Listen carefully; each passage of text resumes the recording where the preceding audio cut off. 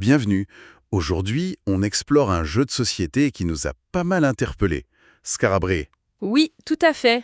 On va se plonger dans cet Eurogame, direction l'Écosse néolithique.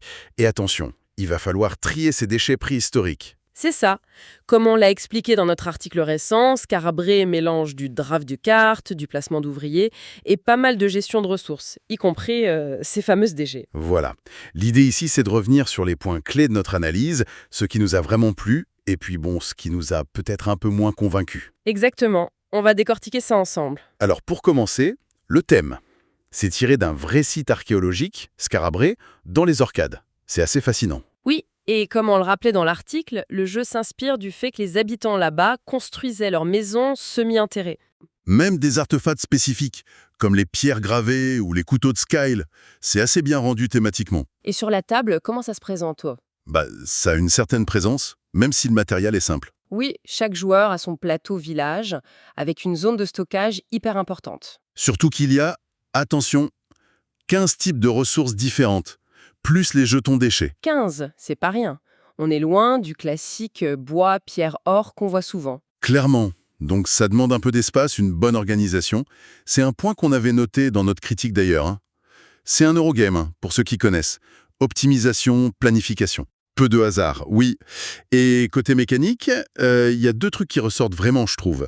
D'abord, ce système de draft. Ah oui, avec la pierre triangulaire. C'est ça. Pour choisir les cartes, villageois ou outils, on a trouvé ça assez malin dans notre analyse. Oui, parce qu'on peut choisir de passer son tour pour avoir une meilleure position en suivant. C'est un vrai choix tactique, ça. Carrément. On pèse le pour et le contre. La carte maintenant ou une meilleure place après. Tout à fait. Et l'autre mécanique clé, c'est le placement d'ouvriers. Des meeples, classiques. Oui, sur les tuiles de son propre village. Pour collecter, aménager, cuisiner, fabriquer. Ou même nettoyer les déchets ou commercer. Et ce qui est bien, c'est que cette phase se joue en simultané. Ah ça, c'est top pour le rythme. Surtout sur 4 manches seulement, les saisons. Exactement. Du coup, on sent bien le moteur qui monte en puissance au fil du jeu. C'est ce qu'on aime bien dans les Eurogames en général. Bon, parlons des points forts, de ce qui nous a vraiment séduit. Pour moi, c'est cette complexité liée aux 15 ressources. Ça oblige à anticiper. Oui, il faut vraiment planifier ce qu'on veut faire. Et la cuisine. On en parlait dans l'article, c'est un aspect stratégique super important. Ah oui, transformer les ressources brutes en nourriture pour nourrir ses villageois. C'est un petit jeu dans le jeu. Surtout avec la capacité limitée de l'âtre, et puis du stockage en général. Gérer son espace, c'est crucial. C'est ça. Le scoring aussi est intéressant. Il pousse à un équilibre entre se spécialiser et avoir des villageois variés. Et la contrainte du stockage physique sur le plateau, c'est bien pensé. Ça matérialise bien la difficulté. Et on le redisait dans l'article, la durée de jeu, 1 heure environ, c'est vraiment appréciable. Et le prix, autour de 35 €, c'est très correct. Oui, ça c'est des vrais plus.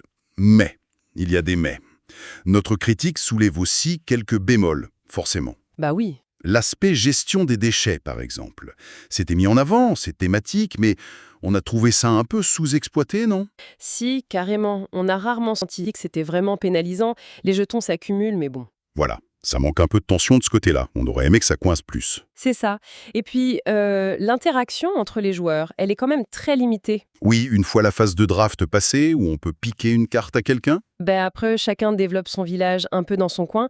C'est très optimisation solo, on va dire. C'est un peu ça. Et le matériel, qu'est-ce qu'on en disait dans notre article? Fonctionnel, mais sobre. Très sobre. Carton simple couche, les meeples sont basiques. Pas d'insert dans la boîte pour ranger les 15 types de ressources. Dommage. Voilà. Les illustrations de Sam Phillips sont cohérentes, mais c'est un style un peu bande dessinée pédagogique. Oui, ça manque peut-être un peu de souffle, d'ambiance épique pour du néolithique.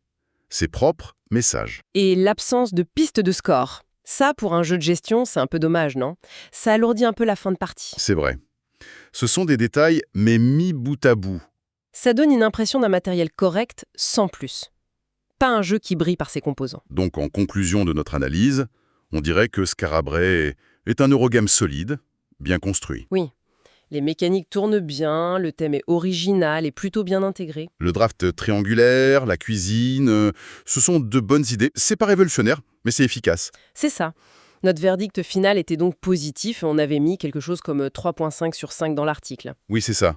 C'est un jeu qu'on recommande aux amateurs d'Eurogames d'optimisation, ceux qui aiment planifier, qui aiment quand le thème est présent, mais sans être envahissant. Et le format assez court est un atout. Tout à fait. Par contre, si on cherche beaucoup d'interactions ou un matériel qui en jette, c'est peut-être moins adapté. Clairement. Et pour finir, juste une petite réflexion que le jeu inspire, au-delà de la critique purement ludique. Ah oui, Ben, cette idée de construire sur les déchets, sur l'héritage matériel des générations passées à Scarabée, ça fait un peu penser à notre propre rapport au passé, non? quels artefacts, quelles traces on laisse, nous, et comment est-ce qu'elles seront interprétées ou réutilisées plus tard? Exactement, c'est une petite graine à méditer, voilà. Une piste de réflexion que le jeu ouvre.